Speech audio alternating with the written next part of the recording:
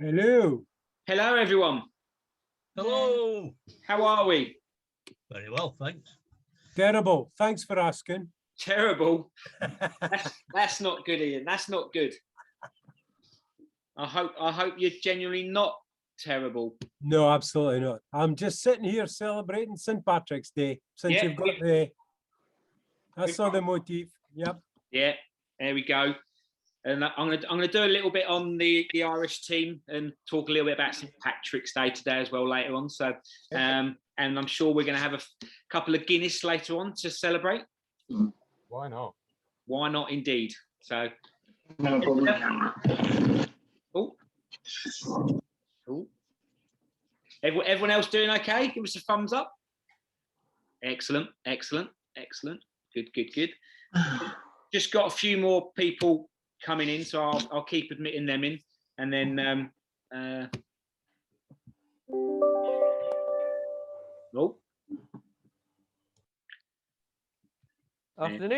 afternoon, Greg. Oh, Greg, a new haircut you've got there. Yep. Nice, I like it. Thanks. How is everyone? We are good, thank you, mate. Very good. Yourself, you doing well? Yeah, pretty good. Good stuff. You looking forward to getting back to Hemel in a few weeks? Yep.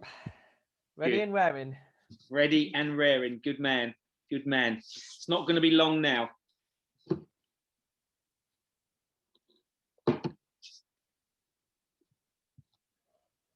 Feel free to talk amongst yourselves for a few minutes while I just keep admitting people in.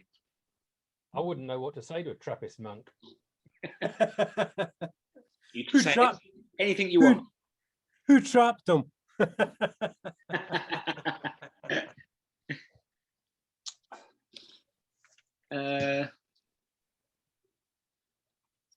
Patrick, can you hear me?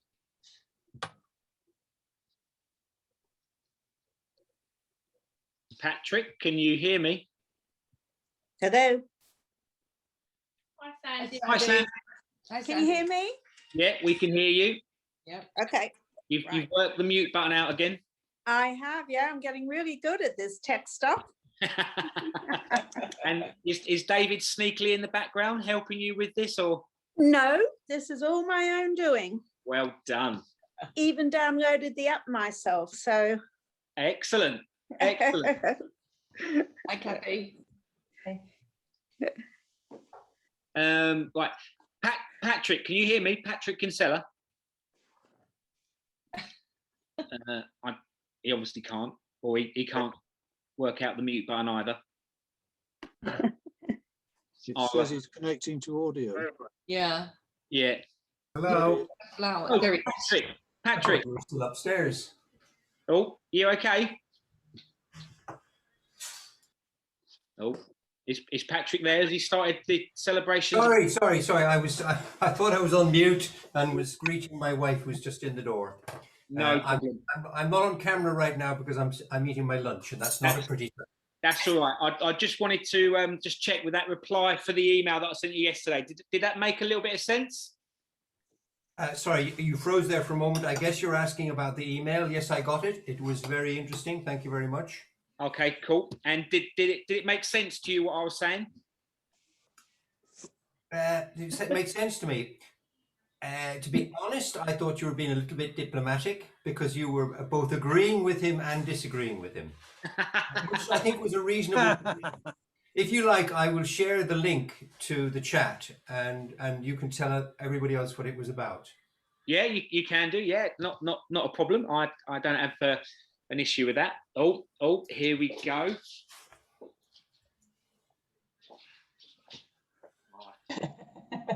Oh. To be sure. Sure. There's no need to take the quilt off your bed.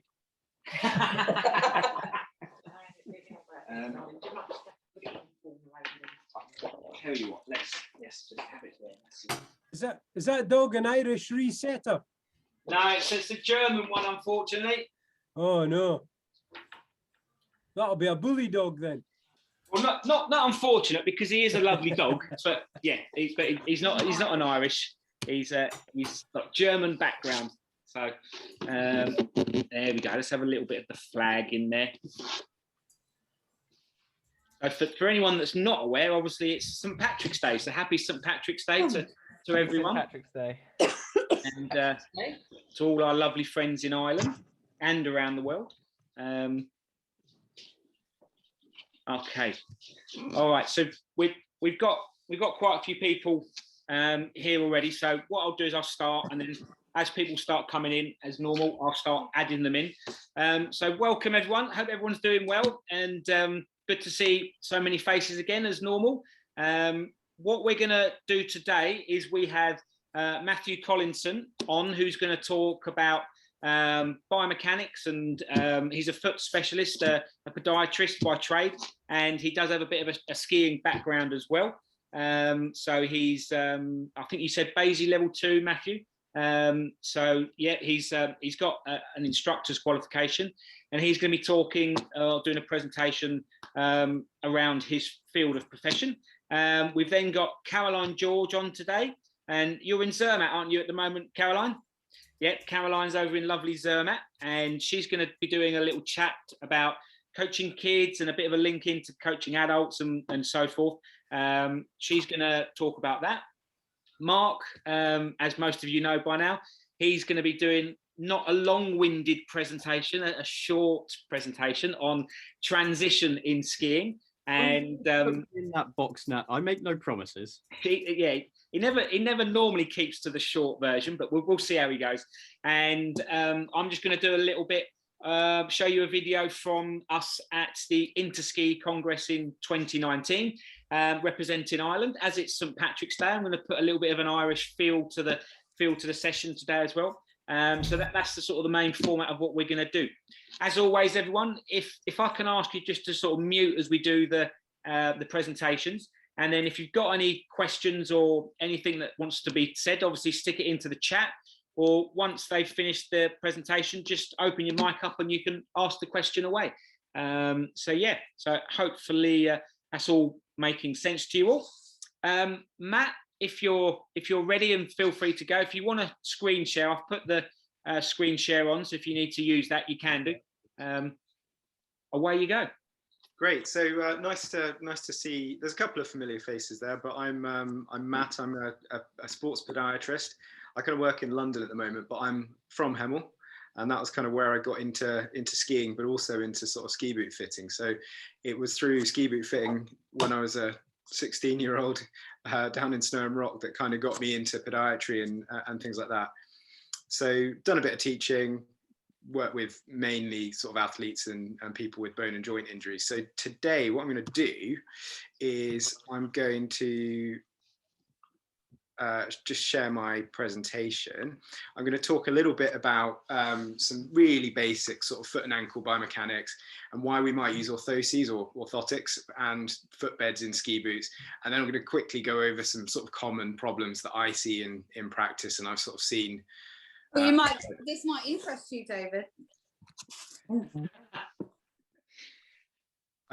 Yeah, so but just to get started, I'm just going to go over some sort of like basic terminology. So when I look at someone moving, I'm not, you know, I've a level 2 instructor, but I haven't taught for like about 7 years or something. So I'm not coming at this from like a coaching or performance point of view. This is just really sort of basic biomechanics and problem solving, really. So we talk about motion and planes of motion, so the sort of the planes in which we move in. So in the foot we've got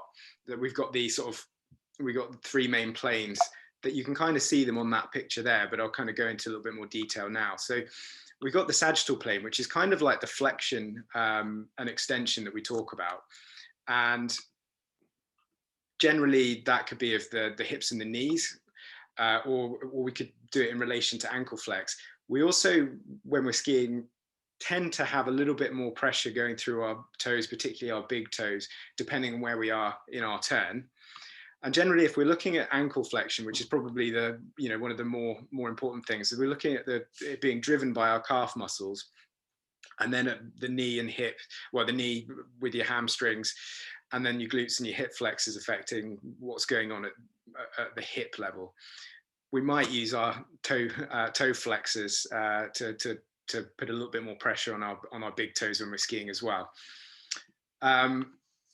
When we talk about the frontal plane, which is the kind of the side to side motion, so you could look at that as things like inclination when you're skiing as well, but people talk about rolling in or out of the foot.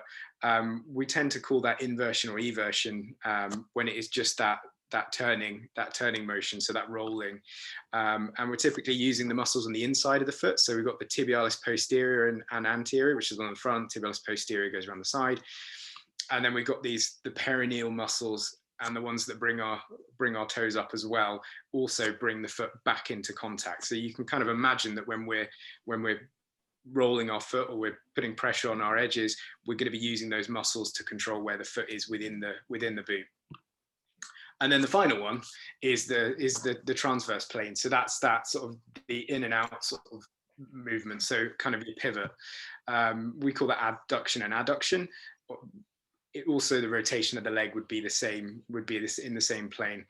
And we use that for like our steering, our pivoting. And generally, this is more influenced by our muscles higher up in our legs, so our hip adductors and our gluteal muscles. But there will be some other parts. The reason I went through that is because we talk a lot about, and if you go to any sort of ski shop or running shop or talk any forum and things, people are always talking about pronation and supination of the foot, which is kind of the rolling in and out of the foot. And everyone does both of them unless there's something really going wrong. But it's a movement that happens in all of those different planes. So it's like a three-dimensional movement. Now, when we talk about pronation, which is kind of an often used term, but poorly explained and understood, and I'm probably going to butcher it even more now for you, is when the foot comes out, it abducts, and our foot everts, so it rolls inwards. And then the part that people sort of don't really give credit for in this is that it also dorsiflexes, so it flexes the ankle up as well. Supination is kind of the opposite. So the foot adducts, so we become in-toed. The back part of the foot inverts, so our arch comes up and the heel rotates inwards, and our foot plantar flexes, so our toes come downwards. Now, that is all kind of mediated around a joint at the back of the foot, and Mark was asking about this earlier. At the hind foot, we've got something called the subtalar joint, which is the joint between your heel bone and the one below your ankle, and it kind of rolls in those three planes. It's normal, but it does have a big effect on our skiing. Now, how does this relate to skiing? So hopefully we're all sort of skiing like Bodhi here, but really we're balancing forces as we're skiing. You know, we're pushing against the edge of the ski. The centripetal force is bringing us over to our center of mass, and then the centrifugal force is where we're pushing our edge. We put the ski onto the edge and it's being brought round to come and see us. But really what's going on inside the boot is that we are increasing that eversion, so we're pronating the foot as we are starting to turn because we want to put pressure on that inside edge of the ski. We're flexing the ankle and pressing our skin into the boot tongue. We're slightly pushing down with our big toe as we're sort of gripping with our edges and influencing that arc of that turn, and we're steering. And then we stay that until we start transitioning into the turn, and we're starting to unweight the foot, and we're starting to plantar flex. So we're starting to do the opposite. So we're trying to unflex a little bit, and then we're inverting the rear foot. So we're coming back up to that sort of flatter foot position.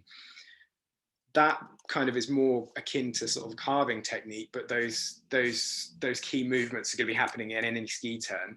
And because because it is such a complex set of movements just happening within the ski boot, there is quite a lot that can go wrong. And a lot of the common problems are where there's a dominance in one of those planes of motion that's kind of tripping us up a little bit. So a common sort of theme and a common thing that I get asked is why we use insoles or orthotics or footbeds in our ski boots. And this picture that I've stolen here kind of illustrates it quite nicely. Now, a lot of the time when people are selling insoles, they'll put a picture of someone with a line drawn at the back of their heel, and then it's all leaning over to one side, and then they're claiming to have loads of back, ankle, knee problems, whatever. And then they put a magical insole under their foot, it brings it up to straight, and then all their problems go away and they can run faster and they live longer and have no pain. That really doesn't happen it doesn't really work like that when we're running. But in a ski boot, because we are in a hard plastic plastic shell. It's like being in a cast, and our foot and ankle is held in the position that the boot dictates. Boots aren't always as foot as leg shaped as we would like. They're kind of based off of models of the feet that have just developed historically more than sort of anatomically. So if we're putting our foot that might not be in that ideal position that the designers had in mind, and then we're clamping it down and spending, 6 hours a day blasting around on piece, we might be asking for trouble. So often if the foot moves excessively, we can get excess pressure. So in this little picture, you've got pressure on the inside of the ankle there, but typically you'd also get a little bit of pressure on the outside of the foot, so on your little toe area, as the foot pronates or rolls into the side of the boot. That excess movement could potentially delay our engagement of our edges, so that if there's more movement under the foot, we get a little bit less control, because the foot's got to do a lot more work before it actually influences the boot and then the ski. But also comfort. These aren't, ski boots aren't designed for luxury, really. They are pretty imperfect in a lot of ways, but they are good at getting us down a hill quickly. So does everyone need to use a footbed? There's a bit of debate about that. I think for most good sort of recreational and above skiers, I think you probably get a benefit from it. There was a study in the States that they did in the 90s, and they said that there was about 90% of the skiers that they did, and these were kind of good level racers and things, had some form of foot problem that could have been addressed by a custom made footbed. But famously, this guy wouldn't touch anything like an insole in his ski boot. He found that it made everything worse, and had his boots modified so that he could have that extra movement, so he had that control. But I think unless you're Bodie Miller, you're probably going to benefit from having some extra control in your ski boot. Now, some of the common issues I see are often related to poor ability to flex the ankles in a ski boot. Now, this can be for a number of different reasons, but it can lead to poor control of the ski. Often it leads to forefoot pain. You get cold, numb toes. Sometimes it can, it basically increases pressure on the forefoot, because if the heel isn't locked onto the ground, then you've got tightness in the calf muscles. It brings the foot up. All that load and pressure goes onto the front part of the foot as a compensation, and then you get that pain. We then tend to compensate for that for tightening the boots up too much. It's really common to lose control, and it can be to do with poor sort of conditioning. So people with poor range of motion because their muscles are tight or weak. Sometimes it can be to do with boots being too big, or poor fit of the boot at the calf. So sometimes if you're trying to get a really big calf muscle into a race boot, it might cause a little bit of problems, because it's the point in which you're engaging with the cuff of the boot is not what it was designed for. And sometimes it can just be simply because the boot is too stiff for the skier it's placed in. But it is a super common problem. The second most common thing I see is forefoot pain, and this very sort of childlike drawing that I found online kind of illustrates where the nerves on the bottom part of the foot go. And typically, if there's compression on the forefoot because the boots are a little bit too narrow, or they're too big, and then people clamp them down to tighten themselves out and get some control, or we've got that sort of extra load because we're overloading the forefoot because the calf isn't flexing, we're compensating elsewhere. It can manifest as burning, numbness, and sometimes sort of that sensation of cold. And that simply is just because the foot is squeezing those bones together, the nerves pop out at the bottom, and we get those sort of compression symptoms, which can kind of feel like you got something in your shoe. It can feel like there's a shooting pain, or you can even feel it in your toes as that sort of referred pain. Cold and numb toes are super common as well, and a lot of the time that is just because people crank their boots up too tight on using the clips on the top of the foot, and that compresses the blood vessels that supply sort of fresh blood to the foot. There's also on the inside of the ankle another big blood vessel that, if the foot is rolling in too much or pronating too much in the ski boot without that being adequately addressed, that can cause compression on the nerve and the blood vessel there, which can cause compression, and again that's that cold sensation. So very often it isn't necessary to do too much to, you don't need to have more thick socks on. It's often support the foot properly, get good thin socks that are reducing that compression, and if it is a problem, you can then do something like a boot heater. Lumps and bumps I'd see really commonly, so often like things like bunions, they're dead common. you see them all the time. They can easily be accommodated by stretching the boot. On the other side of the foot, we have a thing called a tailor's bunion, which is the kind of the same, but on the fifth toe. Really easy fix, but it's better to fit the boot to fit the rest of the foot and then accommodate for it. This is when you need a really good boot fitter. And then heel bumps. So often having a rubbing at the back of the heel, and I see this a lot of the time in skiers that have been in like racing type boots for a long time, that little rub can cause a little bit of extra bone growth on the heel. We call them a pump bump because usually they're, I see Ali's checking himself out there to see if it's, but I've got them from just doing, just doing a season and then a bit of teaching at Hemel. It's at the back of the heel is like, it's got like what we call like a fibro cartilage on it, and it's a little bit like, behaves a little bit more like a joint than just a bit of bone with skin over the top of it. If you irritate it, the response is to lay down more bone, and that can be something that we need to address with fitting. Usually it's something that you can just do with a decent liner, but it can be a problem. The time that I see it as a really big problem is you've got someone with a high arched foot and they can get like a kind of lump forming on the top of their foot over the joints there. And that can really cause problems because it makes it difficult to fit the boot onto the instep. And then when you put the clips up tight, it presses the nerve and the blood vessel and they get all kinds of pain there. So that's where it gets a little bit more difficult, and often things like grinding the shell out might be or stretching the shell or making liner modifications is something I'll often work with a good boot fitter to get that kind of stuff done. Now I'm keeping this presentation quite sort of short and sweet so we can do loads of questions and things, but I think that one of the biggest things that can prevent a lot of these problems that I see in clinic is if people keep fit all the year round.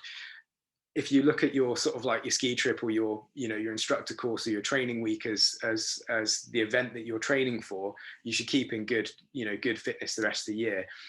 I would say that it's essential for skiers to be doing regular calf and lower limb stretching, but not just boring static stretches like you used to do when you're a kid playing football. They need to be sort of weighted and dynamic stretching exercises, so we're really getting those muscles working, and they need to be functional to what you're doing. And if you want, I can go through a few of them. Strength and conditioning is really important. If you're going to be skiing, you need to be strong enough to support yourself and to flex that nice stiff boot you bought yourself. It goes without saying that you should store your boots properly. Use decent thick wicking ski socks to reduce that compression on the top of the foot. Make sure you cut your toenails, particularly if you come and see someone to talk about the ski boot, because the amount of problems I've had with people having toenails come off and things like that, it's just probably because they were too long in the first place. And your first port of call for ski boot problems really shouldn't be a podiatrist. It should be a decent ski boot fitter that you trust. So you've probably all got people that you recommend. I really rate John Luke at Snow Rock and Hemel, and there's like Colin Martin up in Bicester, but there's some really good ski boot fitters around, and it's about finding someone that you work quite well with that can address your problems. Getting a proper footbed, getting that foundation right. I will tend to do as a first line, make sure that someone's got a sort of very similar to pretty standard skiing footbed in their ski boots. I occasionally make like proper orthotics like these for skiers. These are sort of made out of carbon fiber, but that would be the minority of the time because I think most people, a different proper ski specific footbed is all they'll need. And if this doesn't solve it, then you can come and go and see a podiatrist, but it needs to be someone that understands skiers and understands skiing, because you might not always find that that's the case. Hopefully that was quite a little whistle stop kind of tour of sort of potential foot problems and things that I see in skiers and sort of potential alignment problems. But I'm happy to sort of take loads of questions and make it really interactive because I know it's boring being lectured at. It's not really me. Excellent. Thanks, Matt. I'm just going to go through the questions and see if we've got anything that's come up straight away. Okay. I have to be right. Okay. My son has a Morton's neuroma. Mm-hmm. Funny. Oh, sorry, it's just a few coming in. Funny as we are, Morton. How easy is it to relieve this in a ski boot? In a ski boot. So Morton's neuromas are super common. If we MRI scan people's feet, we'll see it in about 12% of people, even if they don't have symptoms. So they are dead common. And basically what it is, for anyone who doesn't know, is on the bottom part of the foot, we got those nerves that run along. I'm demonstrating on my hand as if that's really helpful. And basically as the foot becomes compressed, and sometimes it can be to do with footwear or the way that we walk, or skiing will do it because it's a tight object. Basically, it causes the nerve to kind of push out and herniate on the bottom part of the foot, and then it gets trapped between the bones, and then you get a lump forming around it. And the lump is basically like if you were digging in the garden all day, you'd get calluses on your hands or blisters.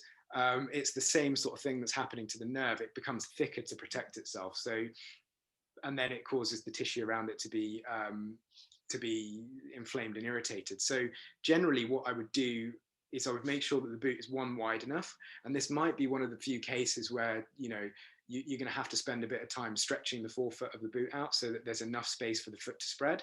Because if the foot can spread properly, the nerve will just kind of sit where it should do and shouldn't cause too much of a problem. The second thing that I always suggest is that when we've got like our insole or orthotic, is that in this sort of area here, we can put something called a metatarsal pad in. And what that does is it just puts a little bit of a sort of padding behind the area where the pain is. And that reduces the pressure on the neuroma, and it allows the foot to spread out a little bit. Now, that can be quite a difficult thing to get right, and it's a bit of trial and error. But those are the first two things I do. If it was really painful, I often give steroid injections for neuromas, which can settle it down. And then if you're wearing wide trainers all the time, it probably will settle by the time you go skiing. If not, surgery. Got the nerve out, got the foot off. Thank you, Matt. Kaz, I hope that was a little bit of help for you there. Patrick has put, yes, please say a bit about proper calf stretching. Okay, calf stretching is quite a bit of a contentious issue, but what I'll do is I'll move the laptop back so that I can sort of try and demonstrate. But generally, the calf stretches that we're all sort of like taught to do, unfortunately, you're going to have to see my legs there, is that sort of one foot in front of the other, leaning forward, putting your weight kind of on the front knee and the heel on the ground so that you feel the stretch on this back leg here.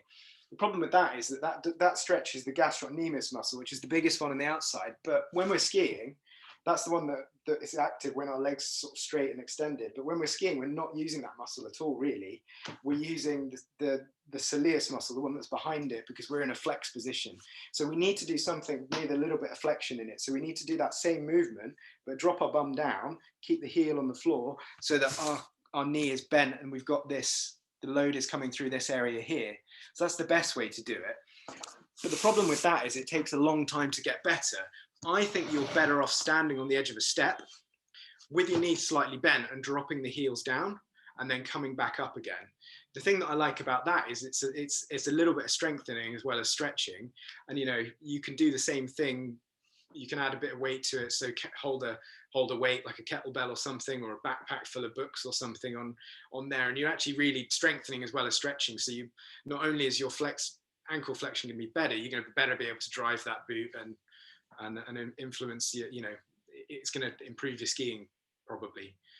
Another thing that can be really useful as well is it works in a similar way as doing squats. So even if they're just unweighted squats, or with a kettlebell or something at home, or in a squat rack in the gym, as long as you're kind of keeping your heels down, even if they're slightly elevated with a block or another plate or something behind you, that's still going to be quite functional to skiing.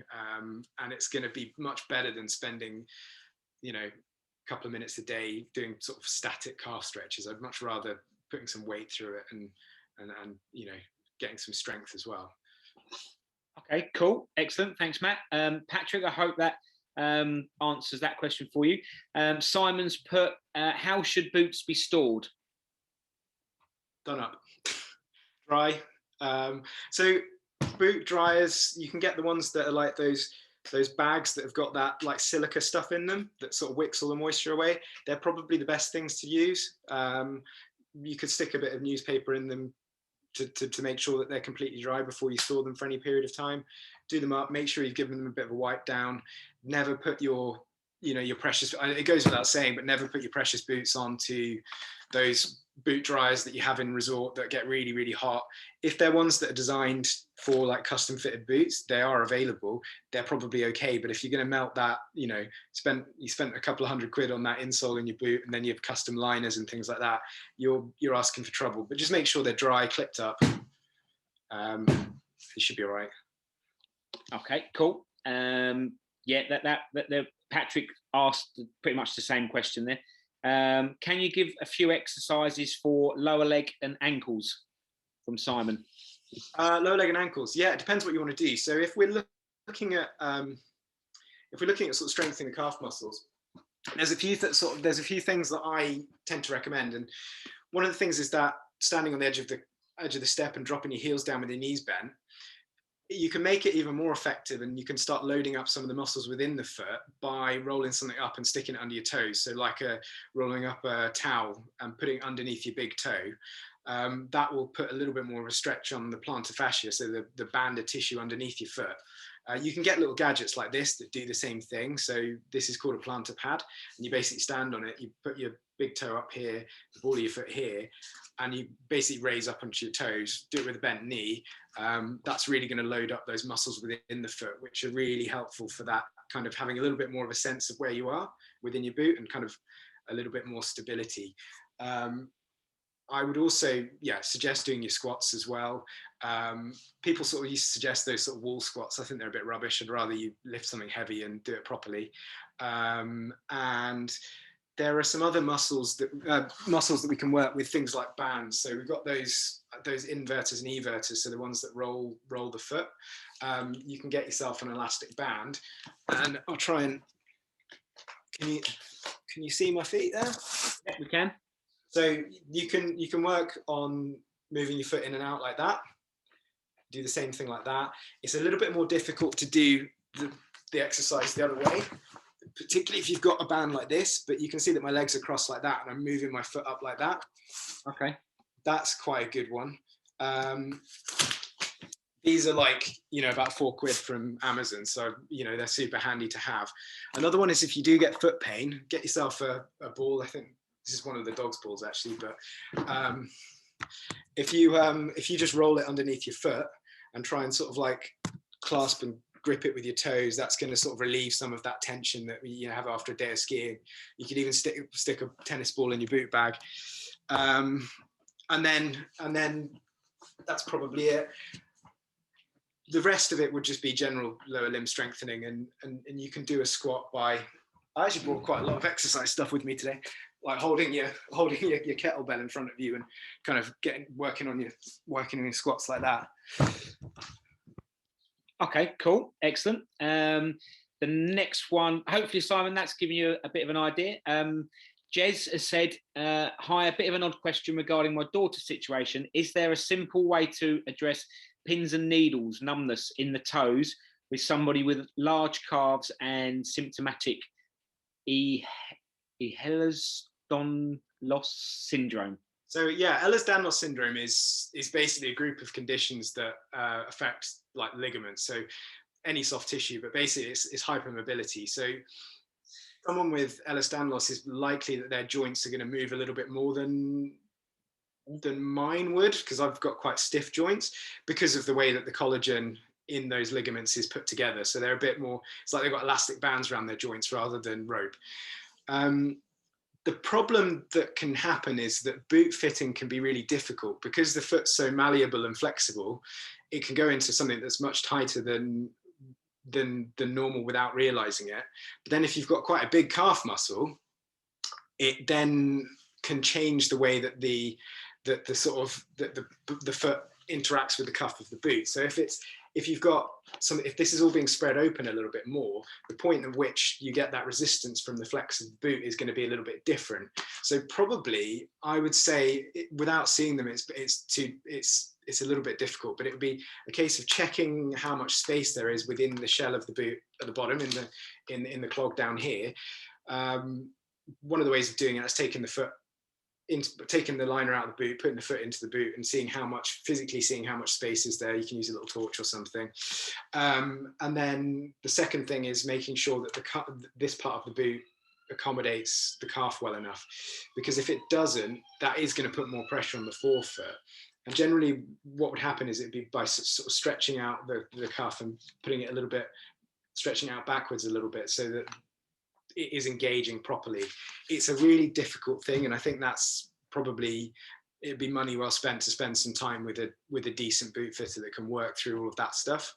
And then, yeah, the standard stuff, making sure there's a good footbed in there to support the foot as well, because it probably needs a little bit more support in a ski boot than others.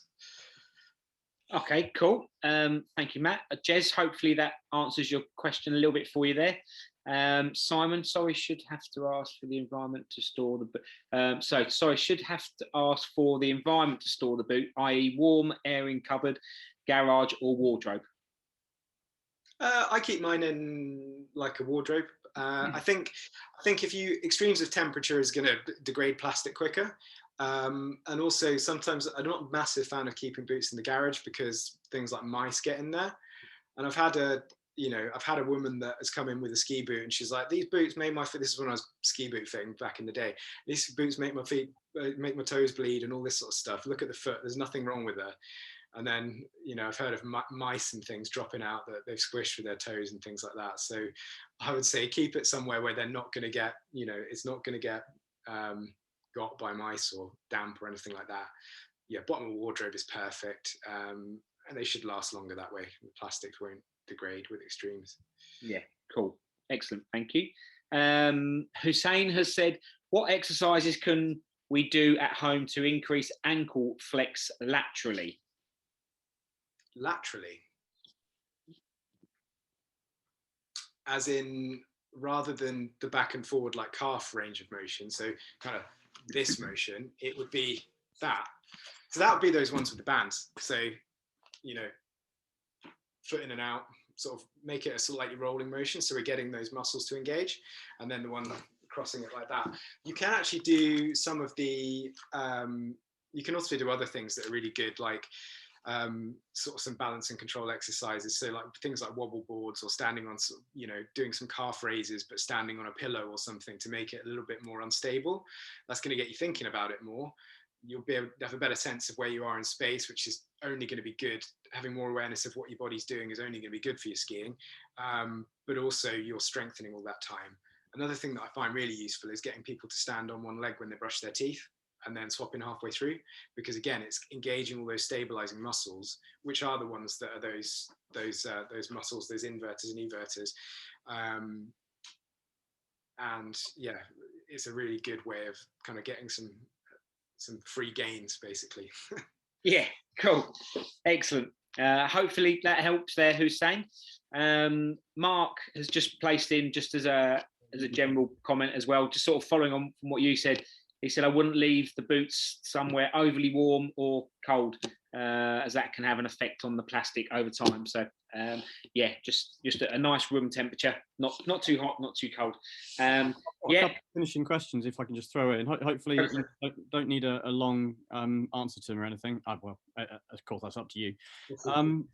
Let's say, so if you're taking the dorsiflexion combines with essentially everything that would go into pronation, in terms of all the movements associated and attached to that, if you're in a boot where you don't have much or any dorsiflexion going on, how much is that going to affect your turning ability if you can't actually bend your ankle?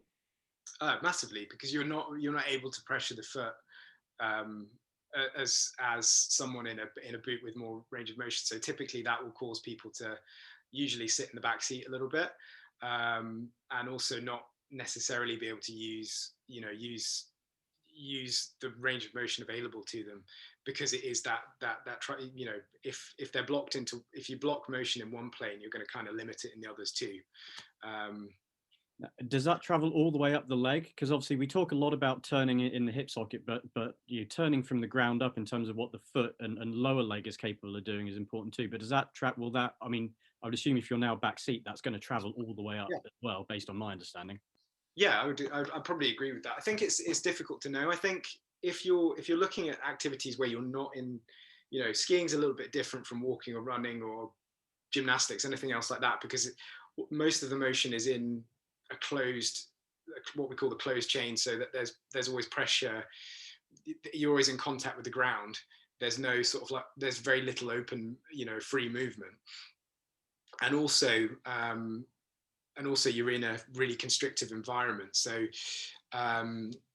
you're it's probably likely that there's going to have a bigger effect up that sort of chain of motion than if it was, you know, than if you were in a sort of, if it was something, a similar movement in a running shoe, for example. So I think that probably the biggest thing that I would suggest is that people do make sure that their boot, one, is stiff enough for them, or not excessively stiff, but also that the angle of the cuff is right, that they're actually using that, you know, using that ankle flexion properly. Like if you put a beginner in too stiff a boot, or you put a really excessively light person in a really stiff boot, they're not going to be able to, you know, they're not going to be able to flex the ankle enough, and that is going to ultimately mean that they're going to lose some control or some performance.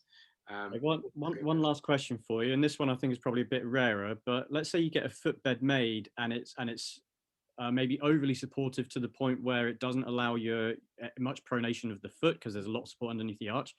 Would that knock-on effect to actually blocking dorsiflexion as well?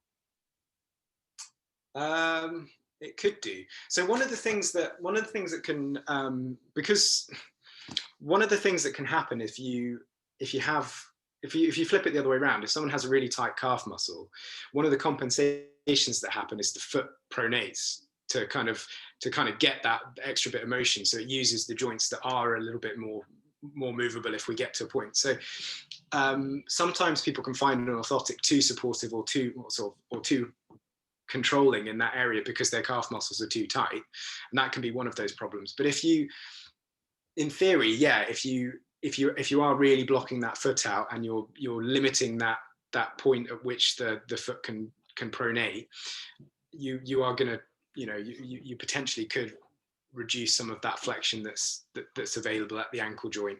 I think you'd have to do a lot for that to happen, but theoretically it's possible, and it's more likely that would happen in a ski boot than in a trainer or something. Okay, cool. Can I just say something before we disappear, Ali? Yeah, cool.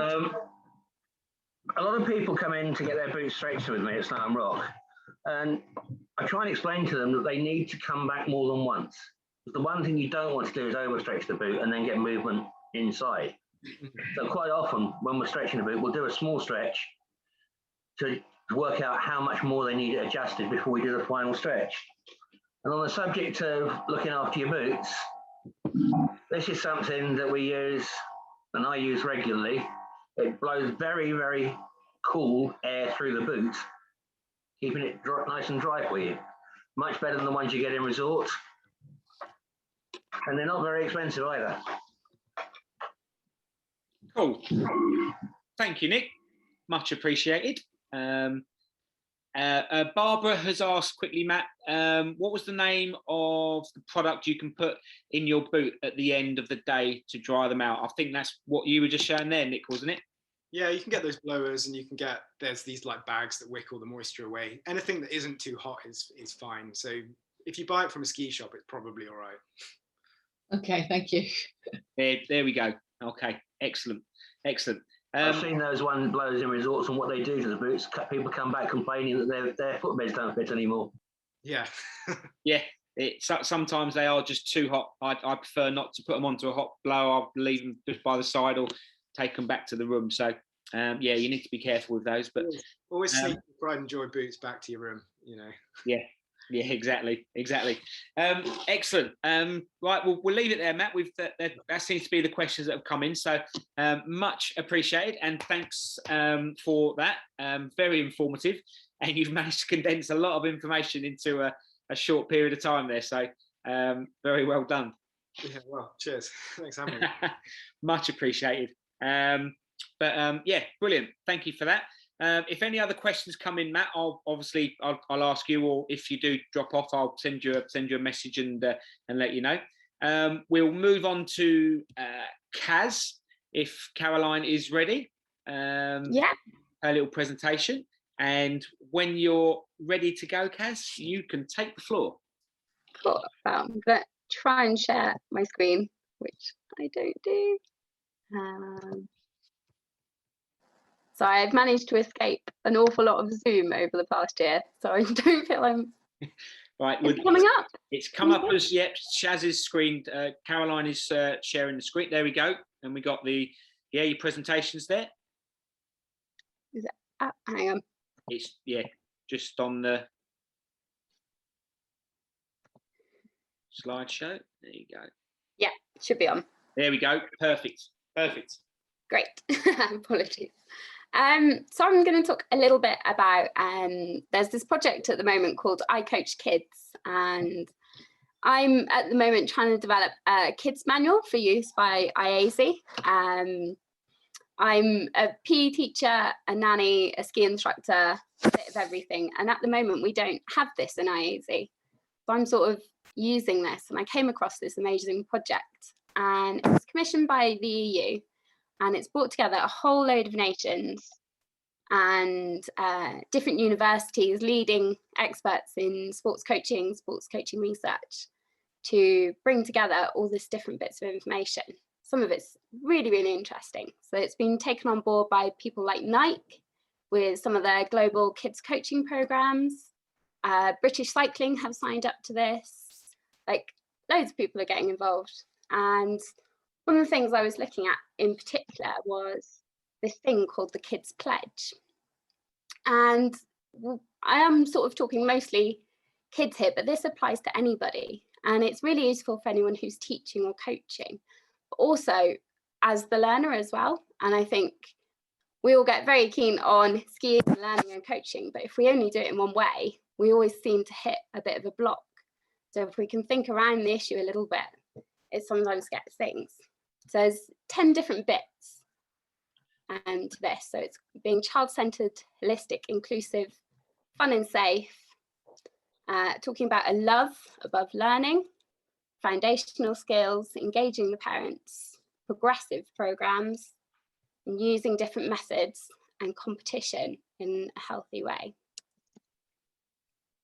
So just put up a little bit of information on each of them. I'm very much about being athlete-centered as a coach. It's very easy to get on a ski slope, watch someone come down for one run and go, okay, you are plough parallel, you need to do this next. And they go, meh, not sure about that. Not sure that's what I want to do. It could be a psychological thing. You've got someone onto the main slopes and they're scared, and talking all the will in the world about how good it is to match your edges isn't going to work for that person. So that's when you need to start focusing on your learner or your athlete a bit more than maybe what you want as the teacher. Same with holistic and being inclusive. It doesn't really matter what their ability is or maybe what their motivation is, because they're the centre of what we're going to learn in that lesson. Obviously, safety is vital in everything, but it's got to be fun. But it's got to be fun for everybody, not just kids. And people tend to make this mistake, I think, a little bit with adults. They assume that, oh, just get on with it. And that's maybe not the best way of teaching. Prioritizing love above learning. With pretty much anyone who comes to a session, they'll definitely want to come out of that with a bit of improvement. But we're not going to get many racers who are going to go on to amazing things like day riding. So what we want to do is create a really good skier who wants to go out and ski as much as they can. Same for ourselves. Are we going to be top level, or do we want to get out there and enjoy skiing in every condition, getting good at bumps, something like that? Foundational skills, engaging the parents is always one that's quite an interesting topic, especially for instructors. We sometimes find that a little bit difficult to do. I think anyone engaged knows this one.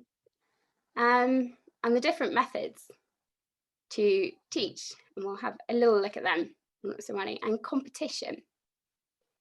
Now, competition is one I want to look at a little bit first. So competition has almost become this evil thing with children and sport, and people are really moving away from any form of competition. I think we've all seen the kids' sports days now where there is no winners and all the kids get a medal and it's all lovely and very good. Unfortunately, I think if we're doing that, we're kind of distracting for kids a little bit, and also for ourselves. There's nothing wrong with competition as long as you manage it properly. And that's where us as maybe teachers or people who are involved, it's really, really important how we phrase this. And what we want to really, really praise is not outcome-based things. You won, you came second, great, that's fantastic. But what about, I really saw you trying there. You don't normally put your edges on that much, or I really saw you push off at the start and I know you're scared of going fast, and really looking at that sort of thing. It also creates empathy within children, teaches them how to manage things. And that's important in our lessons. What if a little one falls down and the rest of the kids are like, oh, he falls down all the time? Well, what if we can create that? Well, guys, we're a team here. Who's good at being able to stop enough to help your friend up? And you create a little team within your little class that follow you around a week. And actually that isn't an issue for kids anymore. It can be done badly. I think the classic sometimes we think is maybe dads on a football pitch screaming at little ones who really, really don't care. They just want to go and play, and the parents get too involved. But that's where we can engage our parents. I definitely have things. I work here in Zermatt and we have a lot of lovely clients. We have a lot of clients who have skied their whole life and see skiing as a life skill for their kids. Not sure skiing is ever going to classify as a life skill. But the parents are dead keen for them to learn this and that and the other. But that's great. If I've got a parent who's really passionate about their kid learning, I can get them involved and talk to me. Engaging my parents is things like, for the last 20 minutes of the lesson, the last run, if I've got a dad who's super keen, I get him to come with me and I show him how to teach his kid. And I'm like, look, I really get that you want him to ski down the blacks with you. And he can, but he's going to do it in a giant plough. But watch when we do this and see how I ski now. Can you see that you really want him to improve his parallel? And that, using it and being like, okay, see if you can do more parallel turns than daddy can. And you can match the kids a little bit with the parents. And then you've got cooperation with the parents, which is really vital. Other things with the competition is, it depends on the child. And this is where the child-centered bit comes through. So I'll often get them to ski 10 turns in between two poles and give them a mark out of 10. And the mark is based on how many parallel turns they did. They get a minus point if they did a snowplow. Now, depending on the group, we'll compare either against each other on the next one or against themselves on the next run. That's focusing on the child. Can you beat your score or can you beat your friend's score? And that's using the competition in a healthy way. But if it's not working for that child or that sort of personality, you can make it against themselves so they try that little bit harder, but they're not getting these sort of negative feelings, self-esteem problems that they go, oh, I can't do it as well as my friend can. So it's sort of bringing it in. And this leads to talking about the kids' mindset and actually how they approach being coached, and definitely for ourselves as well. You tend to be one or the other of this, but you can change to be the other. So some people are performance-based. I can do it, I can't do it. I did this, I did that. And it's very much black and white outcomes. Whereas with children and with effort and this sort of thing, we want to encourage them that it's maybe not about if you won, it's about how you performed.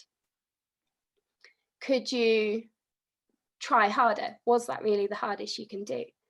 Can you change a little bit? Look back at that run. Was there something you could do better? And by developing this sort of mindset, you've got children who aren't afraid to fail because they'll just try again. And that's really important in skiing. Sometimes the conditions are horrible and we sit at the bottom of the mountain, you go, don't really want to go, it's a horrible day. Or I don't feel like it today, or mum makes me want to go to ski school and I don't want to go to ski school. But if we can flitch the kids and say, it's not about the race at the end of the ski lesson, it's about, can you do this, can you do that?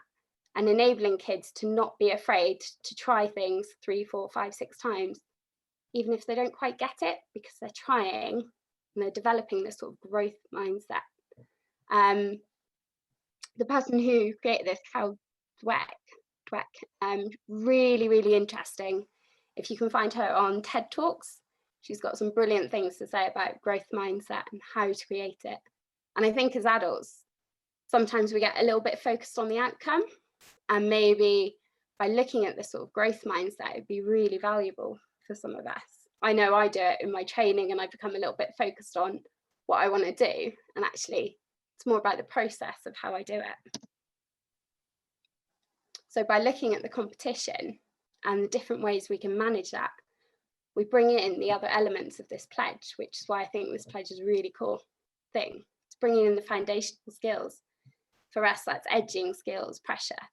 4-year-olds don't care about edging, but if I teach them in another way that they can do 10 turns on this little piece when they could do 8, they now care about it. And it's just a different way of teaching them. Maybe another section I want to talk about is being holistic. This can be a bit airy-fairy. Some people aren't so keen on it, but it's about talking about more than maybe the sport we're doing. This happens, I think, definitely for adults as well as kids. It's whether your thoughts and feelings are interacting with each other and affecting your performance. Example is often moguls. Moguls, not everyone likes. I think they're a bit evil at times, and I have this little battle with it. But there's no point me talking about technique in moguls if I'm not in the right mind frame. And how these all interact with each other, we can manage from ourselves. Something I can do with this is if I'm talking about the children and we're not getting to performance because something else is going on in their heads, why don't I change my lesson and talk about the phys rules? I can involve my parents because I'm saying, look, we are working on their parallel, but what I'm actually doing is teaching them the phys rules. And you play a little game. Can you spot people starting without looking up the hill? Can you show me that you can do this and that? Oh, we have to walk up and down the slope at the side. Okay, let's go and practice that. So then I can bring in my sort of technical learning by doing it in a completely different way. And then I've got a bunch of kids who know how to keep themselves safe. And actually that feeling of safety within inside them then brings on a more willingness to try things because they know there's different things that's keeping them safe on the mountain, and they're not so afraid of being in a mountain environment. This is something I've pinched from Daisy. I think it's brilliant. I think it's a really good way of sometimes looking at your performance and trying a different way.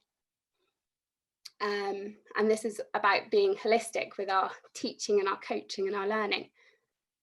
Technical is brilliant, and I think we all love learning and improving that sort of thing, but there are so many more ways to approach. Tactical, am I choosing the right line? Am I choosing the right snow? Am I choosing the right line in the moguls? Have I got the right skis on my feet? Am I putting in enough effort physically? Or actually, do I need to scale it back? And actually playing with some of those within kids. I want you to ski like a granny. I want you to be really, really slow and show me. And that's improved their technical because I'm giving them space, but it's more interesting for them because they think it's very funny that they're skiing like a granny. Or I want them to ski like Superman or like the Hulk. So it's just different ways of approaching how to learn how to ski without always talking about technical. I have caught someone in the beginner park talking to a child about the rotational movement of his foot. Didn't give a monkey's, poor little kid. Please don't talk to children about that. And we can get obsessed with that as adults as well. And I think it's really important to go and teach other people and maybe look at how we talk about things, and can you actually stop yourself from using any technical language and still make your point. So once you start looking at maybe coaching a bit more holistically, or even your own learning, can I look outside just the technical things of what I want to do in my training week? Then we start to become a bit more person-centered. We're bringing in the fun and the safety and all these different bits, including our parents. And our parents are going to add into our holistic learning. Different methods. So there's all different methods to teaching learning. And something we work a little bit, and what I'd love to do a little bit more, is how instructors teach. So we talk a little bit about a responsibility spectrum. So it's either teacher is key and he holds all the knowledge and all the information, and the learner takes it, and how the learner can actually take ownership of what they're learning, and actually how to use their own knowledge, and the responsibility for the coach changes. I think you can see this on the screen here. And somewhere in the middle, we meet. This is super important. This is when you see children who, say, let's use football for an example, really brilliant at skills and drills, can't play a game because they are relying on someone telling them what to do, and they can't think for themselves. Well, in a skiing environment, it's always changing. It is always changing. We can ski the same run and the snow's already different. They can ski in another resort. It's totally different how you approach the bends and things. So if I start to give my kid or my adult or anybody more responsibility within their own training, I'm shifting that balance, and then they're getting more out of the lesson because they're taking more ownership of it. If we were to look at the teaching styles, they shift somewhere in the balance here. So sort of command and that sort of thing are very much teacher-led and sort of self-initiated, and guided discovery, something in the middle. And I think it's really important to do this with everybody. Even if you are a really experienced skier and you're still learning and you're really training for an exam, or you're on one of Ali's courses or training in Hemel, you've got to shift the balance sometimes, because the more you understand and take ownership, the more improvements you'll find. Talking a little bit about instructors and levels things, this is how people assume it is, that with new instructors deal with beginner skiers, and as the skiers get better, the higher levels should teach it. Sports science doesn't actually tell us that. Sports science tells us that beginner instructors or newer instructors should sit somewhere in the middle. They should teach people who actually have been engaged in the sport a little bit. So that's maybe people around plough parallel up to parallel, somewhere there. Because for our newer instructors, they don't have the huge capability of knowledge. Teaching a beginner is actually probably the most challenging thing we can give them. Somewhere in the middle, where we've got someone who has a little bit of knowledge, who can interpret what you're saying, is more effective. And that's the same for maybe if we go skiing with friends and family, or little kids, great nieces, nephews, kids, is how can you use them for you to impart all your knowledge and your love of skiing, but they can be involved too. And it's making sure that it's never completely about you, because we want to be a bit more child-centered or athlete-centered. Yeah, pretty much that's all I've got to say. Excellent, thank you, Kaz. I'm just gonna drop down into the message, see if we've got any messages coming through. Can I get She seems to have left everyone speechless at the moment. Oh, Kaz, we've still got your screen share on, so if you just come out of that for us. Oh. Top of the screen, Kaz. Stop. Stop There we share. go. There we go. There we go. Okay. So what have we got here? Can I get a copy of the presentation? Nick has asked. Yeah, of course. I'll send it to Ali. That's for Matt's presentation there, Ali, but I'm Okay. sure people want Kaz's one too. Sorry. Yeah, no problem. Yeah, yeah, Julie's just said she would like Kaz's presentation, so I'll get both Matt and Caroline's. That'll be cool. Yeah, just to say, I hope people were paying close attention in there, because there was a ton of amazing information, and if you were really paying attention, you'll see how a lot of that tied into things that we've discussed over the last month or so in other presentations as well, with regards to mindset of learning and you know, being in the right mindset. I will just add this in, Kaz. Basie didn't come up with TP. They bought that from the Canadians, just in case you weren't aware. Sorry. It's really good, whatever it is. Yeah, that was back when they had a Canadian guy at the head of Basie. They went and bought that from the CSCF. It's really good stuff. But Basie, I think, have taken it and made it their own. So Yeah, it is amazing, Kaz, how you've actually covered some of the stuff that we've actually covered previously as well, and it just shows people that a lot of the different information out there, you've just put it across in a different way, which is nice, and you've then related it into the coaching the kids, and as you said, it's relevant to coaching adults as well, and teaching adults. But yeah, a lot of the stuff you've used there, we've briefly touched on different bits of those, and you've actually brought that all together in a presentation, which is brilliant. And it's great that I like that idea of iCoachkids. I think that's absolutely fantastic. And Patrick's just put in down here, he's put an amazing insight from Caroline. Thank you, Patrick. First time I got what holistic means. There you go. You've shown Patrick what holistic means. Patrick's been around the world a few times, I'm sure. It's one of those things that can end up being a bit woolly, and people are like, oh yeah, we don't really do this in skiing, but it's like talking about teaching and coaching, and teaching is actually trying to impart more than just the skill or the information or the technique. It's about what's around it. I think especially in skiing, that's super important for us. Yeah, it's about making skiing fun. And I've got a book here called Head, Shoulders, Skis and Toes that I bought when I first trained as a ski instructor, written by Helen Trayfoot, who now works with Bass over in Chattel. Yes, I think it's Chattel.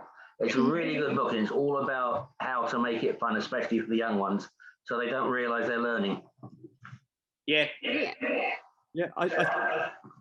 If you know, in terms of that holistic stuff, if you were paying attention to Matt's thing earlier, you know, your boot setup, your footbed setup, tying into your skiing. If your your skis, your equipment tuned, that's that TP there as well. If your equipment's not right, how are you going to expect to perform the technical stuff well?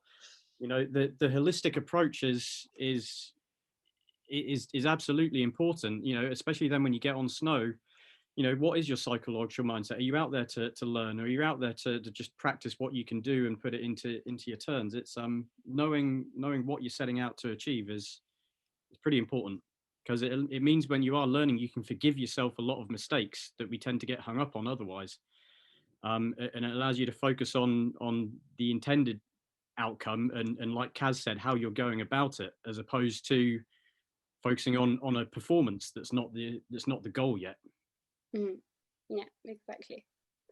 Yeah, I think Kaz as well. Just as what Nick said, like the fun element, I think that's essential, and like you said, for kids and adults, and also the responsibility role. I think that's just as important as making that shift of responsibility for a child as it is an adult, especially when we're in the mountain environment. I think that's a big part.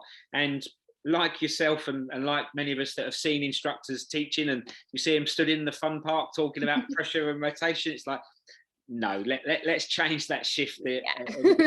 So yeah, I think they're all crucial points, but it's crucial for the learner as well. I think, like you touched on within the presentation there, the learning aspect, you know, for some people that are not instructors, taking that responsibility as a learner and being aware of that shift in responsibility is quite crucial. So yeah, I've just got in here from Pam, really interesting stuff. I think it would be really helpful to start to introduce coaching stuff at a lower levels of instructor exams instead of at level 2 plus within the system. So what's your thoughts on that, Kaz?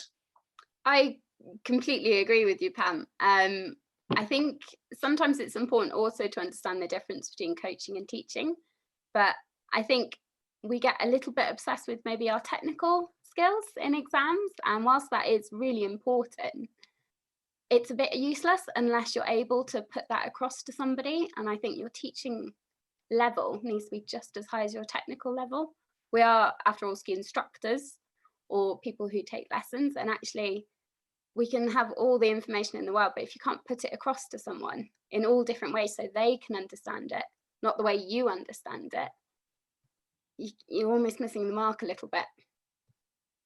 Yeah, no, definitely. And I think I've mentioned this to you before. I'm quite an advocate of getting some qualifications in the like the kids specific area in that arena, because I think it is quite vital. Most of the ski schools, whether they're in the Alps, in the Pyrenees, in the UK, they've all got kids specific lessons. They've got kids specific programs that go on, but it's just normally a generic instructor that's placed out to deal with this. And I think there's an area that it needs to be developed within our association and in many associations. I don't think there's enough done with it, and definitely branching as Pam has said, like with the coaching level, should be brought in at a lower standard possibly, and maybe a day course or 2-day courses to get some of this information across, I think is very useful. Well, here's a simple way to think about it, and I agree. Like every coaching course I've ever done, I've come away from every single one completely mind blown. The last one I did was, I don't know, 10 plus years ago. It was a level 1 freestyle coaching course. I've been teaching and coaching freestyle already for years before that. I'd been teaching for a long time before that.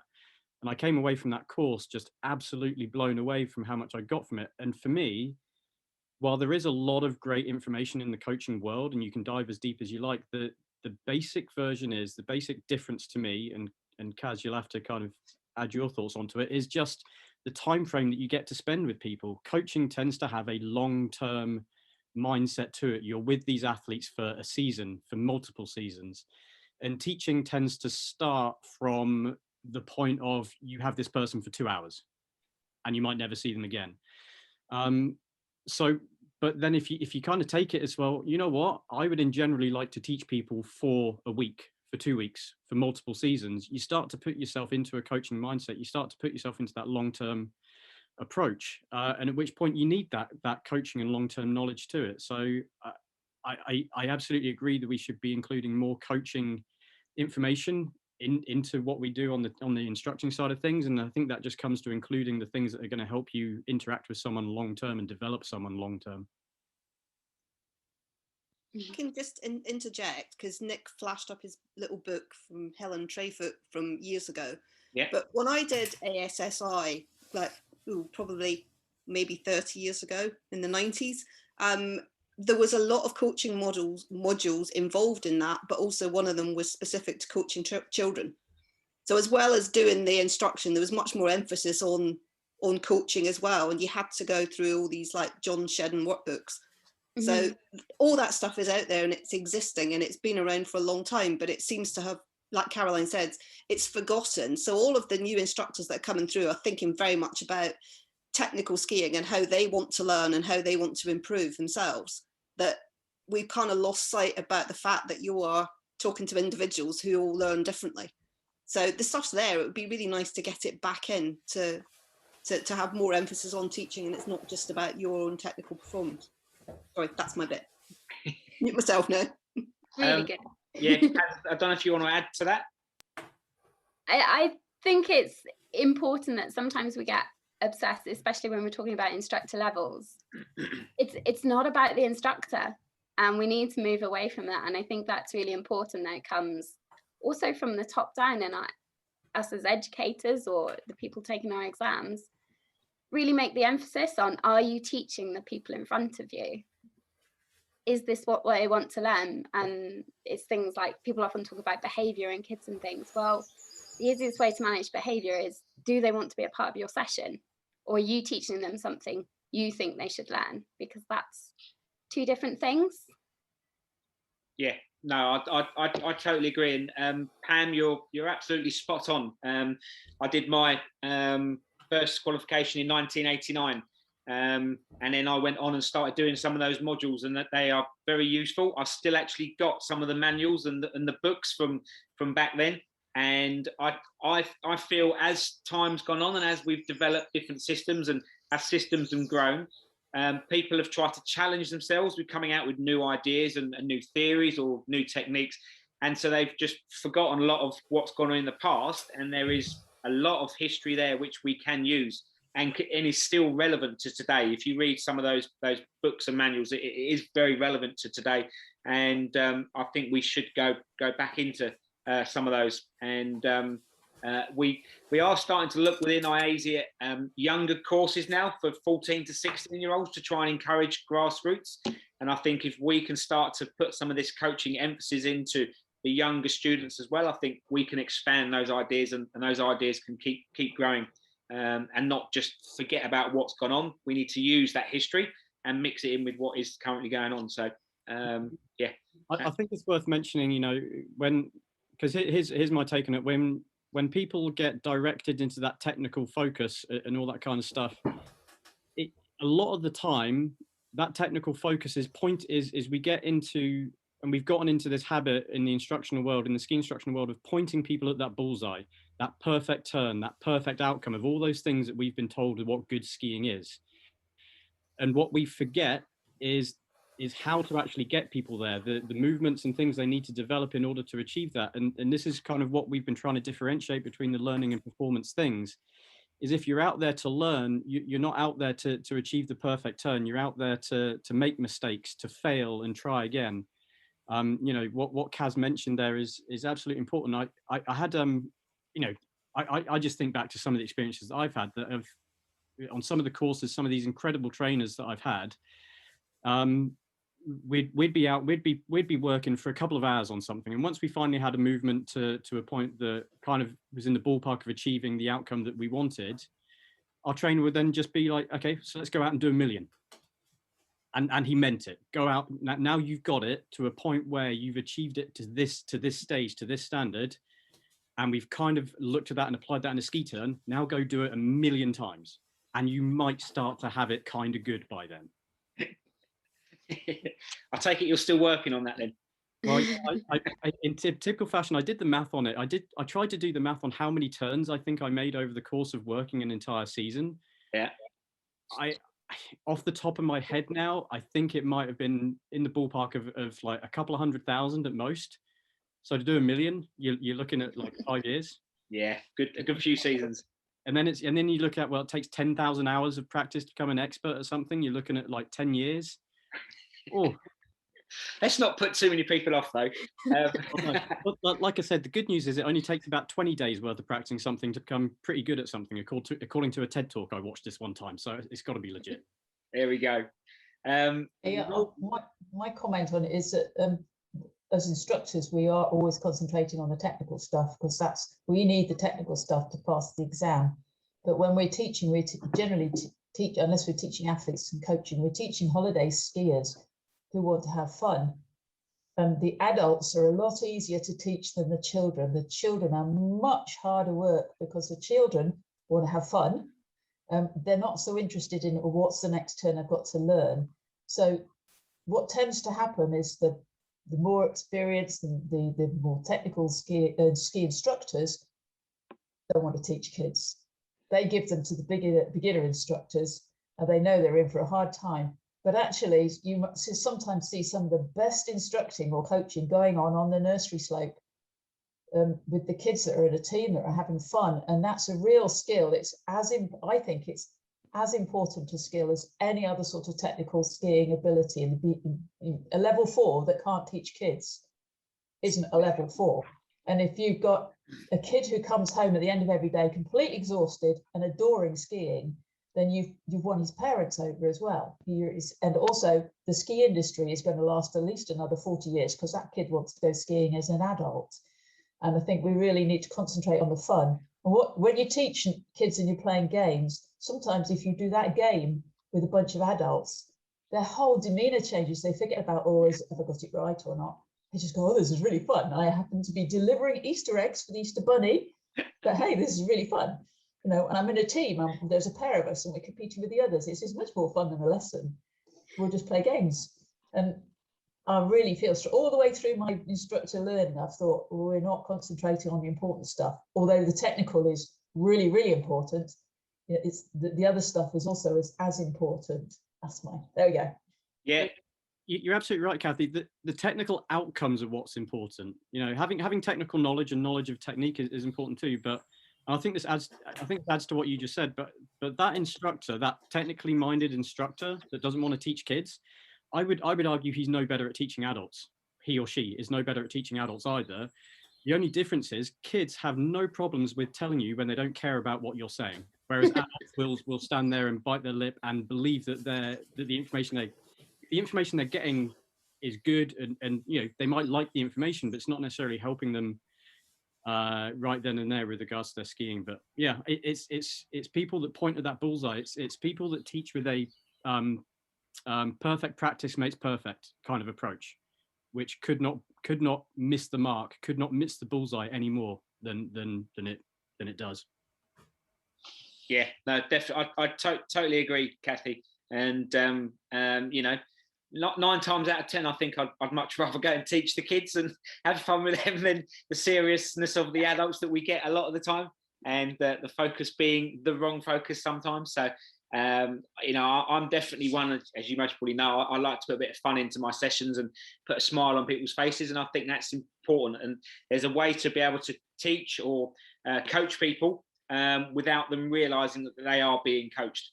And I think that's just as important as knowing all of the technical stuff and being able to do the technical stuff. So I think it's an evolving process to how we get that across into the instructional courses, and definitely on the coaching courses as well. But I'm definitely with you on that. So thank you, Kathy. Just quickly, I'm just going to add in, Norman has said, Kaz, the mantra at the Shark Ski Club, which is a race club up in the north of England, the mantra at the ski club is "Let them play," and you have given us new approaches. Thank you. Let them play. Let them ski. Exactly. Stop talking. Let them go ski. Exactly. Hopefully we can do that soon over here. Kaz has put children's coaching course modules would be a great idea. It is, Kaz, and it is something that we're going to try and work on and gradually push if we can. Could Nick put the name of the book in the chat from Helen? Pam, I agree. The book was called Head, Shoulders, Ski and Toes. I think it's a Basie reprint not so long ago. So thanks, Nick. I have just sent a message to Helen. So he sent a message to Helen to find out if it's available. So we'll let you know on that. Kids are much more fun, put Pam. Yep, they certainly are, Pam, without a doubt. And Norman has just found the book, Captain Zembo's Ski Teaching Guide, 1938. No, 1983. Oh, not 1983. I was going to say 1938. Dyslexic. Not a problem. Okay, what's it? There we go. Is it called Zembo's? It's American. Okay. Oh, cool. Excellent. And it's brilliant. It's that brilliant. was 1983. And is that still available now, or? No, it's gone. It's gone. But I've tried several times. Have you got one of the only copies there? Yeah. Okay. We might have to steal that off you at some point. Excellent. Jez, I have found that kids like to learn tricks and things, not part of the lesson, and have used this in hockey coaching successfully. Yeah, it is all part of the coaching kids, and yeah, don't get too technical with the kids because they will just switch off. So, Kaz, I think you've opened up a nice, lovely debate there, and I think there might be some more questions, and we'll definitely get the presentation off you. And great that you're getting involved in that. It sounds like that's a nice project that's starting to take shape with a lot of people getting involved. Yeah, hopefully. I think I'm being slightly ambitious, but I'm hoping to turn it from sort of a manual and hopefully into a course one day would be incredible. Yeah, well, I'm definitely behind you on that one, and yeah, obviously I can put that to the board, and we can start speaking with the education committee and try and get that moving forward, because I'm quite keen on getting these type of courses and this new sort of process in. So I think that's brilliant. Well done, excellent. Ali, I would imagine that's just going to be one part of a bigger picture as well when you kind of take all the points that you brought up in there.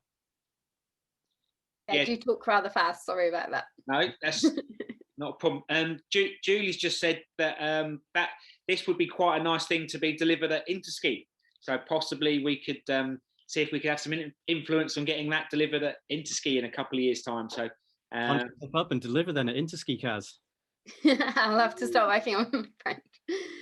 Yeah, that'd be a dream, wouldn't it? You should speak to Scott as well, Scott Hammond, because I'm pretty sure in the Norwegian system, the earlier levels, I'm sure part of the course involves the teaching of children, a module of actual how to coach children. So they've got a really cool attitude to education, actually, sort of Scandinavia countries, and actually it should be person focused and really cool. Yeah. So that connection there might be worth, with Scott's sort of knowledge. Yeah, I'll have a chat with Scott. Yeah, perfect, excellent. Cheers, Tom. All right, are we? Shall I open up my thing here, Ali? Yeah, go on. You go for yours, Mark. I'll just kind of jump in because Ali's cutting my time frame short, so I've got to try and be quick here. No, you don't feel like you got to rush. Isn't it? I think isn't it Sweden that has this stat that they spend the least time actually in school for one of the highest success rates for like school or something like that. I think you're right. Yeah. But those Scandinavians, they're onto something. Yeah. Definitely are. I'm just going to kind of cut my video down a little bit. All right. Okay. So transitions. It's a bit funny now not being able to see all of you guys while I'm kind of going through this. So I wanted to do a video about transitions at the moment, because I think there's a little, not necessarily confusion around it, but that typical question comes up of which transition is right, quote unquote. And there's various ways of kind of doing it, and so we're gonna end up looking at various types of transitions at some point here as we go throughout the day. But really, what this kind of boiled down to more than anything else was, as I was kind of looking into this stuff, well, I just kind of, while we've been here in lockdown and seeing and watching a bunch of YouTube videos, I find this winter I've seen more videos talking about transitions than I've ever seen before, and this is a little clip from Riley McGlashan's YouTube page, and I hope this might come across like I'm picking on Riley today. I'm not in any way, shape, or form. But what I think we'll kind of end up doing is probably figuring out why he's ending up making so many videos about it. And part of it is because of how he skis and the fact that he's well regarded as a really good skier as he is. And I think that's kind of why he's ended up having to make a lot of videos about the transition. But with most of the things that I talk about, to me, the thing that's important is the stuff around that transition. That's what I don't see being discussed very much, is why would I end up timing my movements in such a way to end up transitioning in a certain way? Okay, and so it kind of starts to lead more towards the outcomes that we're after during a turn. All right. So this is kind of the first one that I've highlighted. Most of the ones that we, most of the transitions that are talked about in these videos that I'm seeing, it's starting with a high performance kind of point of view. Oh, I've ended up putting the wrong picture in here, I think maybe a couple of times. So, this one here, this is kind of what I would talk, it would be a fairly low transition, all right? But you can see if you take the central line there, each of the joints tends to stack up either side of that line as a bit of a rough ballpark thing, but it's a fairly low transition. And just to throw this terminology out there, we've probably all heard terminology like cross under, cross over. You might have heard cross through as well. All that terminology works. We'll maybe define that as we go throughout this, but that's kind of what I'm looking at, is essentially a lower transition but still staying centered. And then this is a video that's gone around with Marcel Hirscher.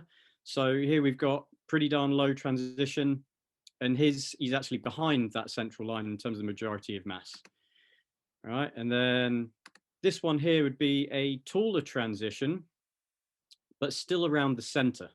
Okay, so in this one, you can see the joints still kind of end up either line of that central line from the middle back of the foot, with a bend in all three joints there. So the way I kind of look at this, you can have a low transition or a tall transition that stay within that central line, that stay centered. You could have a Marcel Hirscher transition where you'd be low and behind the feet. And then probably the last one is you could have a tall transition where you end up with the hips ahead. Okay. I would argue that this one here is two separate movements. There's an extension and a forwards movement as well in order to get here, because you can still extend, be tall and still stay centered. All right. So within that ballpark, those are 4 different ways that you can transition. And what's more important than the transition itself is why you would time your movements that way. Why would you get to that point in the first place? So probably the rest of the way I'm going to discuss this is looking at the transition as a result rather than an intent. Okay. So what I kind of felt that I wanted to do was to personalize this to start off with a little bit. And the main reason to personalize it is because I can tell you exactly what I was trying to achieve at the time. And then how the transition played into it. So this was filmed last winter, and basically what I've been trying at the time, what I was trying to do was I wanted to get my legs when I was in a kind of a lateral move, when I was on a lot of edge angle, I wanted my leg to be straighter. I just found myself that with a focus on achieving not just early edge angle, but early pressure in the turn, that was kind of resulting in me feeling and looking like I was skiing in a bit of a squashed up ball. It was making quite hard sometimes to deal with the forces involved. And then I had kind of a few pictures. I think I've even shown one on here in previous chat. Actually, it was in that first presentation. When you look at like a picture of Ted Ligandy and these World Cup guys that are fully stretched out with their outside leg, and that goes all the way through their body, I'm like, okay, I want to get a little bit taller. And I was even looking at some old pictures of myself, and it's like I've something's changed here. So I wanted to get more fully extended by the full line. And I wanted that to be to happen laterally as I extended. And so this is kind of what happened as a result. So first turn, we'll kind of give it a couple of turns to go, but you'll kind of see as we slow motion it in a little bit.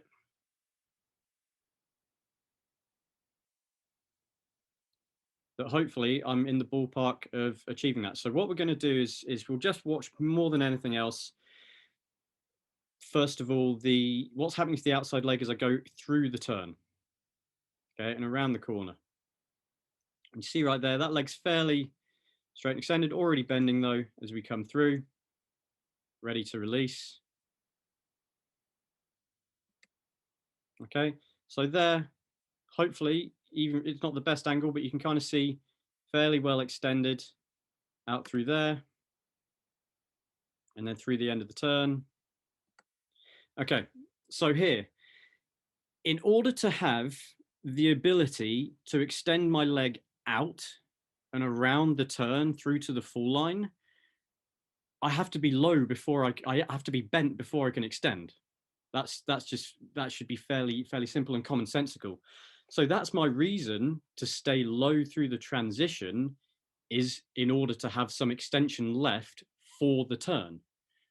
Okay, and you can see there extending out onto an edge. Okay, and then right there, that's the kind of edge angle I've got, and you can see now the snow is starting to come off the skis. So I've got the edge angle before the pressure actually comes on.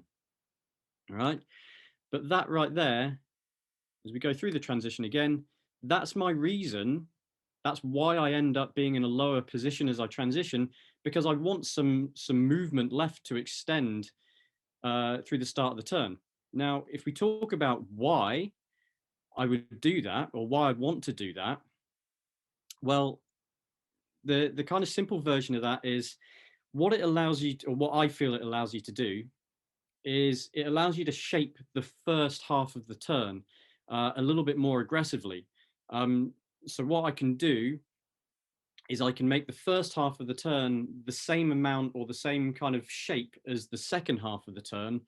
Once the ski is on pressure and edging, I can do that in a way that keeps all that ski performance. The intention there, or in terms of connecting that to terrain, I might end up using that if I'm on steeper terrain at higher speeds, for example. Okay.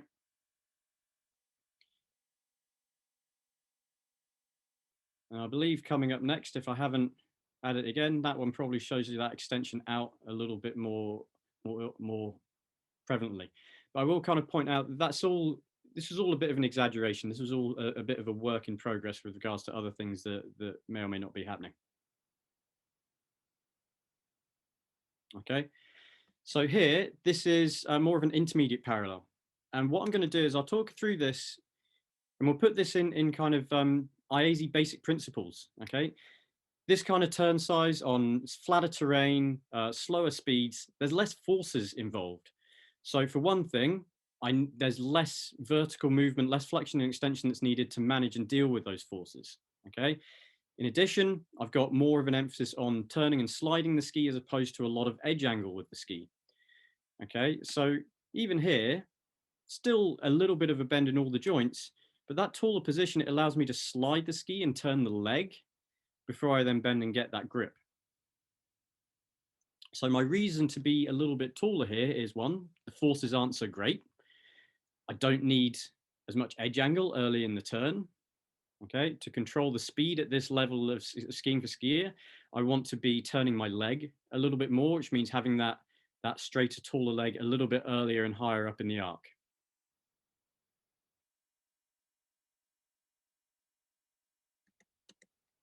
Okay, but even there, you can see once the ski's flat, it's a little bit difficult to see because the slope's fairly flat, but I'm still, even to have the ski flat, if I'm skiing efficiently, my mass is still already crossed over, like it's already further down the hill than my feet are here as well. Just something kind of worth mentioning. It's not like I'm, you know, if I go back by portion, the common thing that we tend to see is that once I'd get to about here, this is where it extends. So oftentimes when you see this tall extension, people will extend here and they go back up the hill and they extend in order to make the skis go flat. All right, I'm still steering the skis. I'm still turning my leg. You'll see that it's, as I steer them, it's my legs that come back underneath right there. All right, and that's an important move as well, that I steer the skis to flat as well as bending to flat. Those two things combine together to still allow for efficient skiing. If you see someone kind of have this pop and they stand up before their skis go flat, then that's when I'd look at that from an assessment point of view, that something's missing. Okay, probably that steering element to guide the skis back underneath is missing. You tend to see that in other ways, like the turns won't be linked too smoothly, like a bit of a disjoint, a bit of a disconnect between the turns and things like that. So there's various ways of kind of identifying that. All right, so as we move on, I believe the next one is, okay, so this is one of Riley's videos, and all I want to do here very briefly is just give you an alternative take on things. One of the things that he's going to mention in this video is another video that he'd met comparing two male skiers, and the title of that video was New School versus Old School Crossover. Now, I don't think this was his intention, but the moment you label something old school and new school, you're kind of saying, well, new is better, old is not. And that might not have been his intention, but it's certainly kind of, with the amount of videos being made about transition and kind of calling it and phrasing it like that, it's just kind of how I perceive it. And that might well be my mistake. All right. But the first thing that he's going to point out, and this was just a comparison of runs, and both of these were incredibly close on these runs. I believe Hector was second, and incredible skiers. So this is the first kind of starting point. So Sarah Hector's in a tuck, Bassino's still low, but not quite as low. And then what you'll also see is Bassino tends to have a bit of a taller transition. All right, and Hector stays in that tuck. All right, now it's worth pointing out here, the terrain is fairly flat and they're just outside the gate. Okay, they do get up to speed pretty quick. Okay, but then this is kind of the first gate, so the first really important turn. All right, and so what he said here is that more aerodynamic position being lower has essentially led to Hector getting further ahead. Can't really argue with that. Okay, that seems reasonable. But then let's kind of look and see what happens at this first gate. Okay, so he's saying that Sarah Hector overcommitted with the turn. All right. You know, this is still, as he's saying, it's relatively flat. It's only the 4th gate in. And then right here. Okay, so he's saying that she didn't have the speed to warrant that amount of lateral movement. Well, here's the thing. Let's kind of just back up a second here, if I can find it. When you stay this low, if you're that low in your transition, you have the range of movement from where your hips are to the ground in terms of the range of lateral movement you have access to you. Okay, when she extends out, she's going to have that much edge angle straight away. And so she only has that much range of lateral movement as a choice. Bassino being taller here, she has a much bigger range of movement to choose from. Okay, and to me, when you're 4th gate in, the aero gains that she's got being 0.13 ahead compared to Bassino that uses the appropriate amount of edge angle here, because that's probably where Hector was from in the transition. And so Bassino just had more range of movement to choose from when choosing the amount of edge angle. And he says that this is what Bassino does again and again and again through this course, is she never has more edge angle than she needs. And I think part of that comes from she tends to have a bit of a taller transition a lot of the time.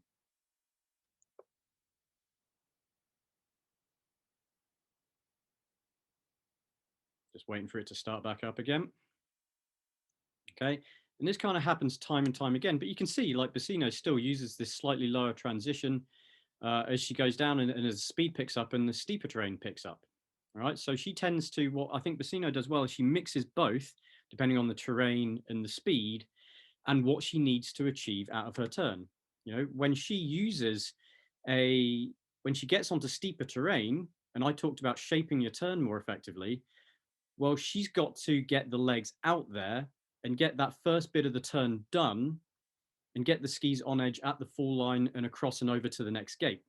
So that kind of gives you a reason to transition lower, because you want to get that first half of the turn done pretty quickly. Right, same thing again. So once again, Sarah Hector here, getting caught out on that inside ski. Let's see if I can just kind of catch it beforehand. Okay, right there. Holy moly, I stopped that pretty well. So once again, you know, if you go back a frame before this, both were actually quite tall. And then Sarah Hector really pulled her feet back up underneath her and ends up quite low compared to where hips are. You look at where Bassino's hips are off the ground, is that much range, and you can now see with Sarah Hector, her hips are that little bit closer to the ground. And so when she extends out, she's now all over that inside ski.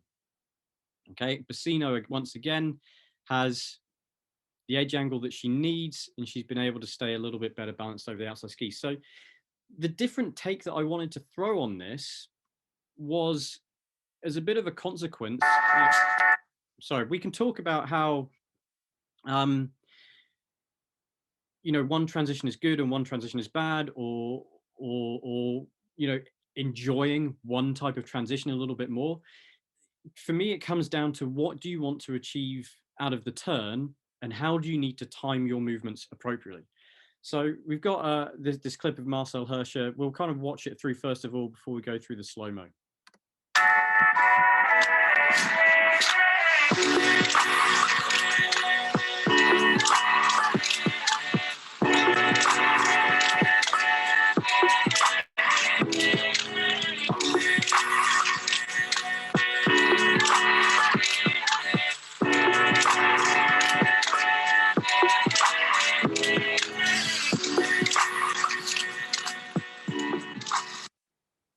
All right, so if you watch this through again, so this is Marcel Hirscher, who tends to be, you know, that little bit behind the feet when he transitions. Okay, right here. But what I'm going to go through next is, once again, you're going to see the legs extend out to the side. And as he does that, because he's skiing very efficiently with timing of his steering and his flexion extension, his upper body, his mass is constantly just falling and flowing down the hill completely unobstructed. All right. So that as he extends there, now if you look, his shoulders are right on top of his outside ski. Okay, it's all come back into line with that extension. It's come back into line during the turn when the pressure comes onto the ski. Okay, and in order to get to that point, and in order to get that turn to happen in the way that he does here, you essentially have to time the movements like that. Okay, but there's a couple of things to bear in mind. All right.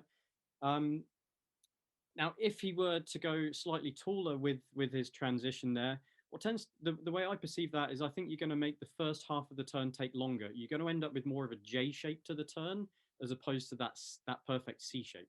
All right. But when we watch Marcel Hirscher and we think, well, you know, maybe I should try that. Well, there's a couple of things to bear in mind. First and foremost being that none of us are Marcel Hirscher. You could probably look at him as one of, if not, you know, the best slalom skier that we've kind of seen. You know, I certainly think Michaela Schifrin, you know, even without the records, is one of the best as well, if not the best skier. It's probably a bit of a tie-up in my head between the two. But Marcel Hirscher certainly does things that others can't. And the other side of that too is the physical preparation. You know, the hours spent in the gym to have the level of strength to be able to deal with the forces going on and to be able to move the skis around that athletically and that energetically, and to use that energy and rebound to move like this. You also need the skill level, like I said, to be able to move efficiently. This one down here that Riley talks of, that's kind of from one of Riley's videos down here, the being tall and forwards. That's something you see from Bassino, and actually the Italians a little bit more in general. But there's a few skiers that use it. Once again, to personalize the experience, we had this German girl that worked with us out in Canada for a few years, and she raced Fizz. You know, absolutely fantastic skier. And I saw her literally, and she, you know, smaller and lighter than I am, and I saw her just accelerate away from me on the bottom of runs. And it's because, you know, she had this kind of movement ingrained in her to move the mass very aggressively forwards and down the hill from turn to turn, and to really accelerate things on that kind of terrain. And when you talk about turn shape, is, you know, on flatter terrain, that's where you really want to extend that first bit of the turn to give the skis more time in the fall line and to pick up speed. So, you know, there it's timing the movements differently to get to affect a different turn shape on different terrain. All right. So when it comes down to well, which one? One of the things that I keep hearing over and over again is you should just do what you enjoy.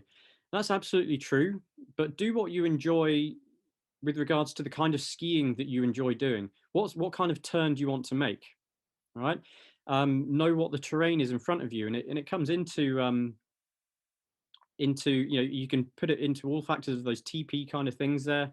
You know, what skis, what equipment do I have on, what terrain, what speed do I want to go at, what kind of turn do I want to make? These are the things that are all going to influence the timing of your movements, because that's all this boils down to, is timing the movements differently to achieve something different.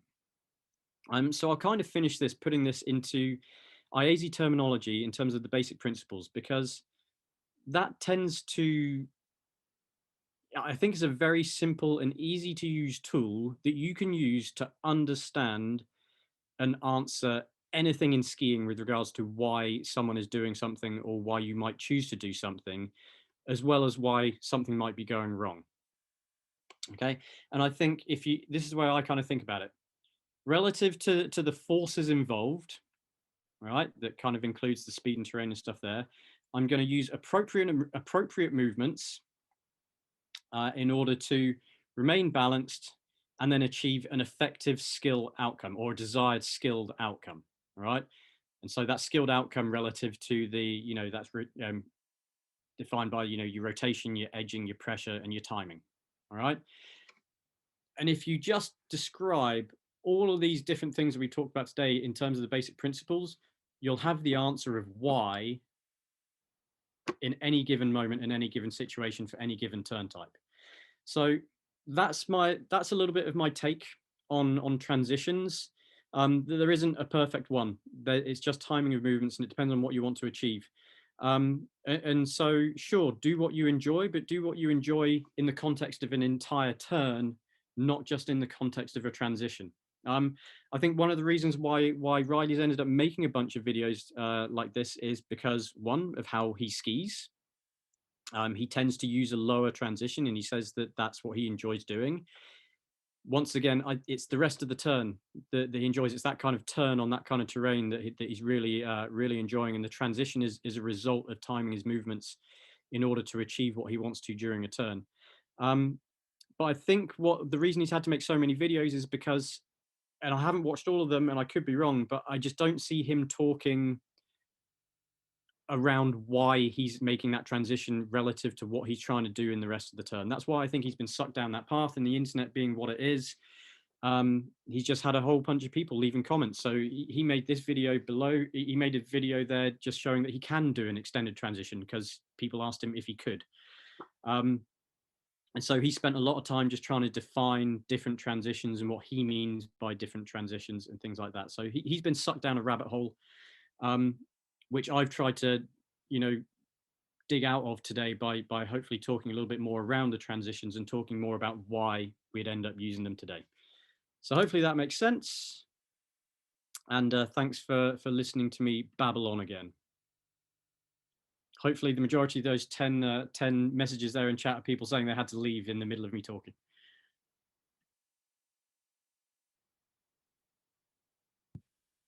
I've now unmuted myself, so I can now talk. Yeah, I'll just go through the questions, Mark. So let's see. They're all about the book from the last one.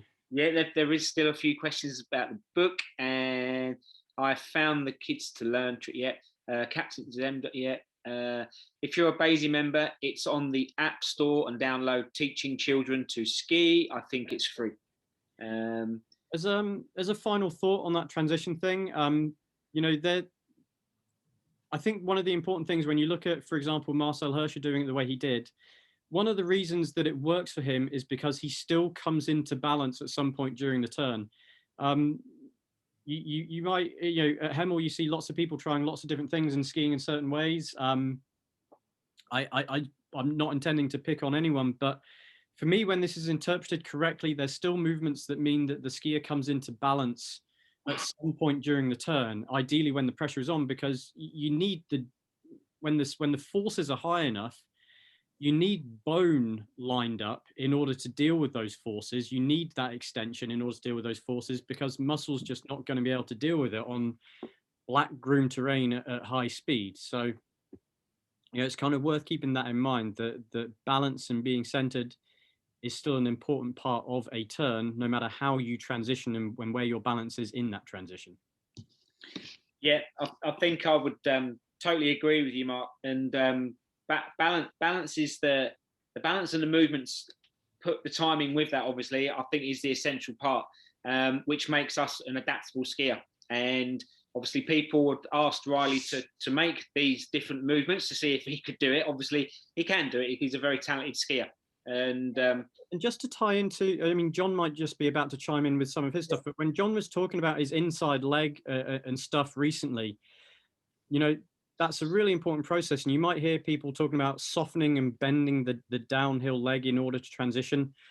I'm not sure I totally agree with that one. I get what it's trying to achieve. I think of steering to a flat ski, bending to a flat ski, but it's that pedaling motion in terms of, when I think of that transition, my lowest transition is probably going to be if I keep the bend that I have in my inside ski at this point, and then I make my outside leg match that bend, and it brings me there, and then I continue to bend as I extend that one. But yeah, there's tie-ins there to the movements that John's been talking about over the last couple of weeks as well. If people were kind of paying attention, I did mean to talk about that in the video, but I'll just kind of touch on it briefly. Yeah, no, that's cool. Adrian has put really interesting ways looking at the transitions. It would be interesting to see how Hirscher's transitions change over the years as his physicality changes after his elite racing prep. Yeah, let's see if he gets fat and let himself go and see if that changes things. It might change. You never know. The skills will still be ingrained. Yeah, it looks like he's probably going to end up doing a whole bunch of cool stuff post ski career with whoever. There's probably a lot of people still interested in paying him a lot of money to do cool skiing things, I would imagine. Yeah. Also, just touching on kind of the stuff that Riley puts out and things, do you think his skiing's influenced a lot by sort of, I guess, like the southern sort of hemisphere sort of nations and things in terms of Japan and Korea and the kind of the stylization of the way that they ski and things like that? And I think I may be correct in a lot of the development in terms of the South Korean sort of skiing style is to do with the fact they have very narrow sort of pistes and things like that, and they built their sort of teaching sort of philosophies around being able to move very high edge angles very quickly and things like that. Yeah, you know what, John? I'm glad you brought up the South Koreans. I made a point of getting on a chairlift with them and skiing with them and asking about how they skied at last Interski. So I've got a little bit of insight there. This is anecdotal. I'll give you my take on it first of all. But the first and foremost, I asked them, do they do that for performance? And there was a language barrier here, so please take that into account. And they said, yes, performance. All right. So basically, they do that kind of for some of the reasons that I mentioned, so that they can extend their legs out, they can get the ski onto really high edge angles early on, like you just said. What I found interesting is, so there were two of them that it was actually during Sweden session that I skied with them, and I just kind of did this at the same time. Is I made a point of kind of forming a little group and following them around a little bit, and then getting them to follow me. And I skied behind this young lady. And she was shorter than I am. Once again, very slight girl, and I believe she was on a slalom ski. So probably on I don't know if she was on a women's slalom ski or a men's. So you're looking at 12 or 13 meter radius probably. I was on my M18, my 18 meter radius. It was slushy snow conditions. I could like skiing with them the way they do. I could stay in her tracks at her speed, carving on an 18 meter radius when she was on a 12 or 13. And if you look at, for example, the CSIA video of the long turns comparison, you can see the size of the long turn that they make. And if you look at even their group skiing, the size of their long turns, both coming down the hill as well as across the hill, I think it's much, much bigger than a slalom side cut. So the way I kind of translated that is they're making these movements, and it's like the South Koreans are probably right now the most exaggerated in terms of having a very low compact transition. I don't think they were getting the kind of ski performance and the kind of pressures on their skis and the kind of turn shapes that I would translate into high ski performance, just based on, I wasn't seeing them really influence the turn shape to be tighter than a slalom ski, following them and watching the videos of them afterwards. So I think they've still got a ways to go. What I found interesting, because the Japanese used to be quite well known for this too, the Japanese seem to be understanding pressure control a lot more, and they seem to be backing off from that a little bit to the exaggerated extent that they were. So yeah, kind of interesting. I've just seen Kathy saying lower transition seems to be more balanced. The upper body doesn't need to move as much. The upper body can still be stable in any transition. And I will kind of point out, this has been mentioned in other people's videos as well, that no matter what transition you're doing, the upper body, the mass will always rise a little bit. It's going to rise less in a lower transition for sure, but the upper body can still be stable. I mean, the upper body just stays moving down the hill in an almost straight line. Straight line, I don't know if you're talking about a short turn, but obviously that's depending on a short turn or a long turn. More than anything else, we can kind of talk about that another time. Anyway, yeah, probably more something to take note of and talk about another time there, I think. But you know, for me, there's not a whole lot of difference in terms of what the upper body's doing between any of those transitions. Yeah. Okay. Cool. Yeah, and I think, John, with what you just said as well, with regards to where Riley skis and where he's been influenced from, that possibly does sort of lead him towards the style and approach that he's got, knowing what they do in Japan and Korea and in Australia as well. Yeah, I know they've been involved obviously with the sort of the Japanese sort of competition, you know, the kind of the champs. Yeah, the guy that won it last time was a World Cup skier, and his short turns were radically different than what a lot of them have been doing for a while. Like you see a lot of these videos recently where it's very, very low short turn, and the feet just go out and out and out and out and out. Yeah. And there's very little deflection of the mass. Yeah. Okay? Some put a little bit more into it and get deflection. This guy came in and made a slalom turn and had huge levels of deflection. That I think have kind of I think you're going to see some changes coming out of those technical championships too to go to the levels of performance. And I think you might start seeing people back off from that. Upper body stays dead straight with zero deflection and the skis wiggle. This is once again my spicy hot take of the day. I can't see any reason to do that turn size where that short turn where your mass stays straight down the hill with no deflection and your feet go out from side to side. I can't see any reason to make that turn over just going in a straight line. You're achieving the same thing. You're just getting down the hill even faster if you just go in a straight line. If there's no movement of the mass across the hill, if there's no deflection, I think it looks really cool and it looks really fancy, and there is plenty of skill going on, but you're not really achieving much beyond what just going straight down the hill would do at the same time. That's my hot take on that very specific kind of short turn. Yeah, no, I would agree. I would agree. And yeah, cool. Thanks, Mark. I think that's a great insight into some of those different areas and within the transition. And talking about balance, I've been speaking with Norman, who's going to do a little balance session next week on the Zoom session. So that might then link in quite nice. We can maybe come back to some of your points there with due to balance as well. So I think that'd be quite nice. Excellent. What we're just going to finish off with, as we're just coming up to 3 o'clock.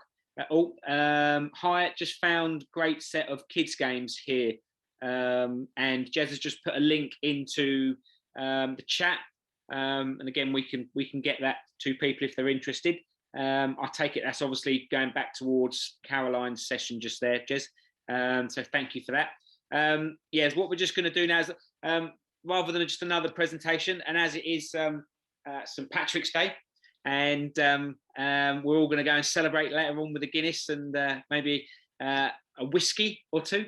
I'm just going to play on my screen. I'm just going to play the Irish, my little edit of the Irish Interski team video that I put together from 2019. It's a little insight of what went on, what happened, what we did, and it's got Kaz, as she was there, Mark is in there, and the team, and myself and Julie, as we was in attendance. I'm just going to play this. It's only a short video, and then we'll come back to you all.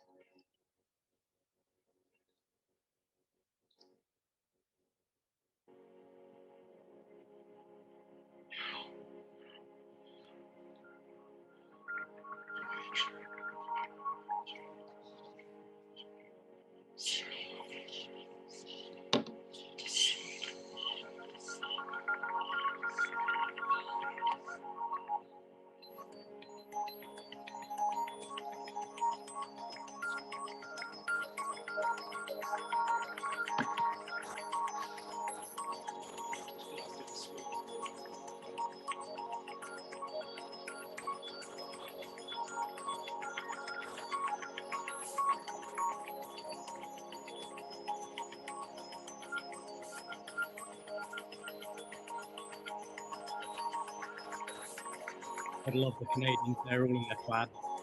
Yeah.